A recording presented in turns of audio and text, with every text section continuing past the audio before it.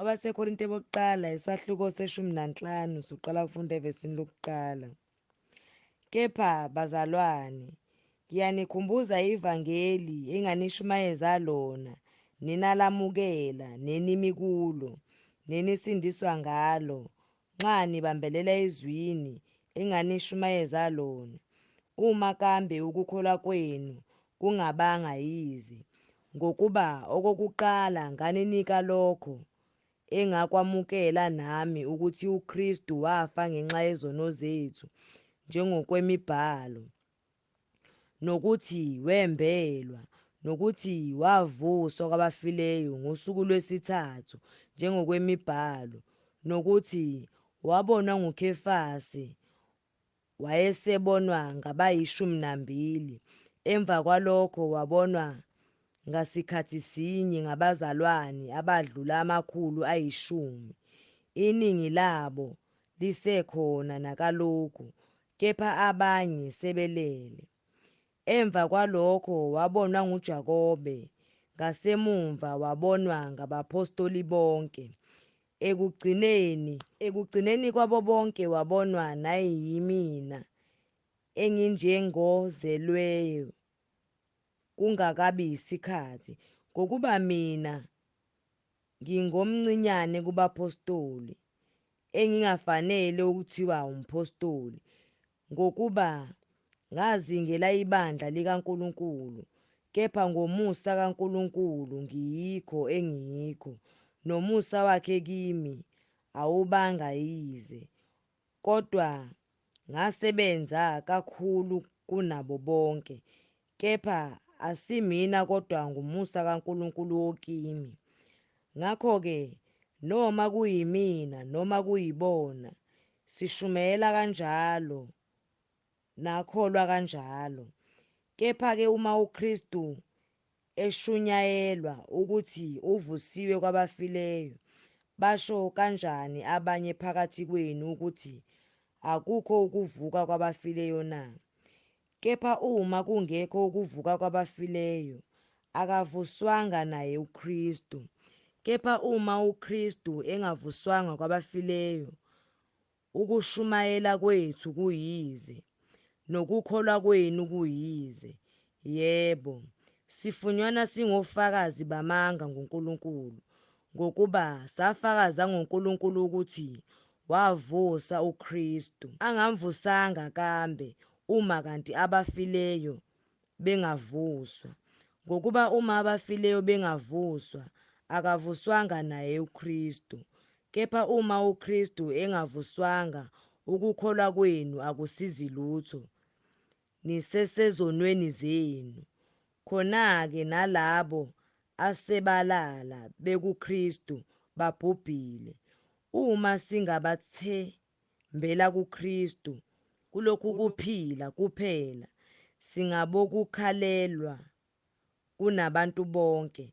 Kepha kalokhu uKristu uvusiwe kwabafileyo, engulibo lwabaleleyo, ngokuba lokhu ukufa kweza ngomuntu, ukuvuka kwabafileyo nakho kweza ngomuntu, ngokuba njengalokhu u-Adamu bonke bayafa, ngokuba futhi kuKristu bonke bayakuphiliswa.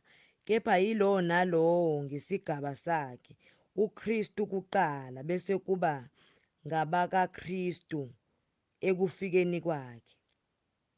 Andukuba kufike ukuphela, nxa enikela umbuso kaNkulunkulu uyise, lapho esechithile ukubusa konke, nobukhosi bonke, namandla, ngokuba umele ukubusa aze abeke izitha zonke phansi kwezinyawo zakhe.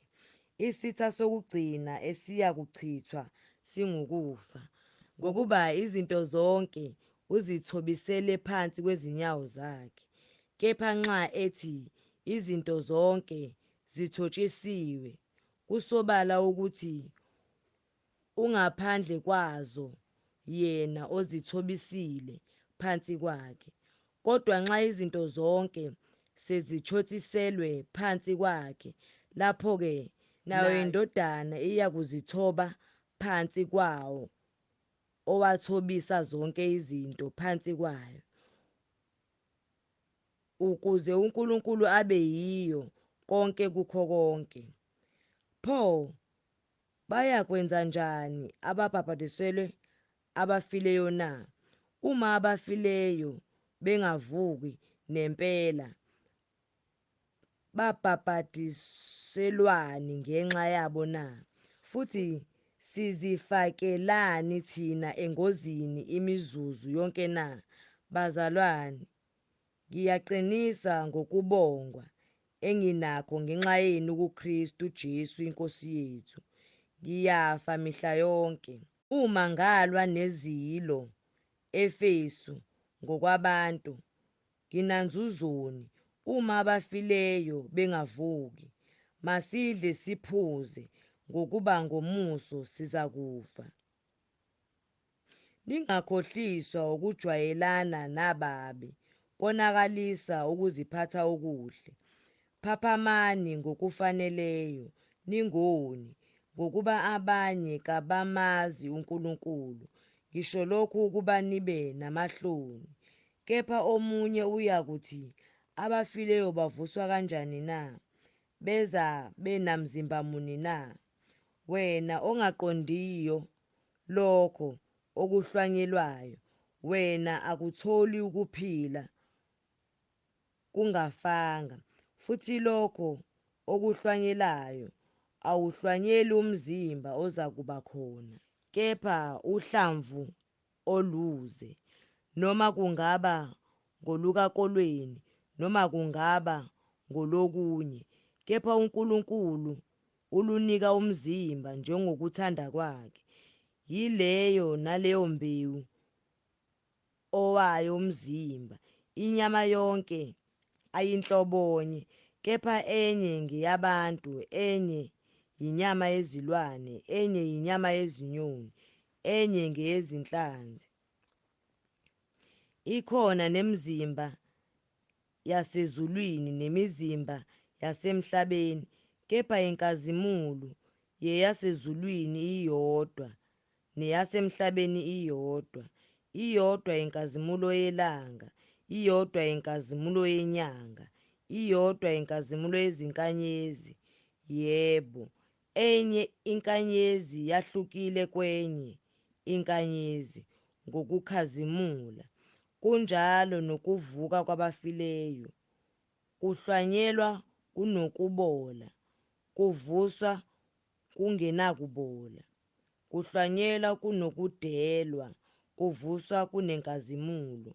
Kuhlwanyelwa kunobuthakathaka, kuvuswa kunamandla.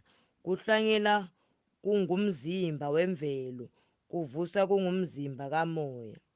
Uma ukhona umzimba wemvelo, ukhona nowomoya.